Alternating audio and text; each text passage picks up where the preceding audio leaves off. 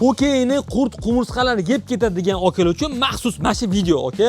Mana shu uy ko'rib turgani Qozog'istonda 15 yil oldin qurilgan ekan, aka. Endi bu uy Pokemokes bilan birga buzib tashlashayotgan ekan.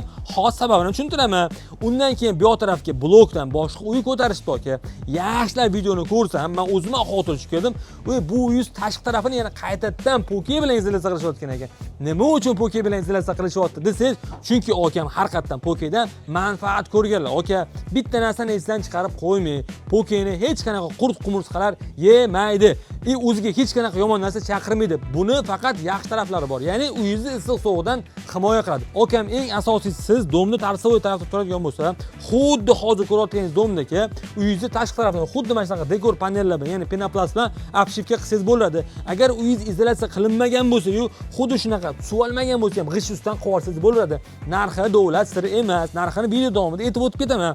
Okey, qarang. Undan tashqari bu hovlilar uchun yoki mana bunaqa ikki etajli boloxonalar uchun tashqi tarafdan agar to'g'ridan-to'g'ri quyosh nuri yoki sovuq keladigan bo'lsa, izolyatsiya qilib ishlatsangiz bo'ladi. Narxiga keladigan bo'lsa, bu termopannellarimiz atigi 65 ming so'm, aka. Bu faqat mahsulotning o'zining narxi. Undan tashqari usta-ustanovkasi, keyin ustiga yana proverting qilasizmi yoki bo'yab olasizmi, u alohida bo'ladi. Xullas, aka, sizni issiq sovug'ingizni o'ylayotganlardan yomon gumonda bo'lsangiz, mana shu videoni uyi tarsoyda turadigan yoki xuddi shunaqa boloxonasi bor akalar tashlab qo'ysangiz, ular uchun manfaatli bo'ladi.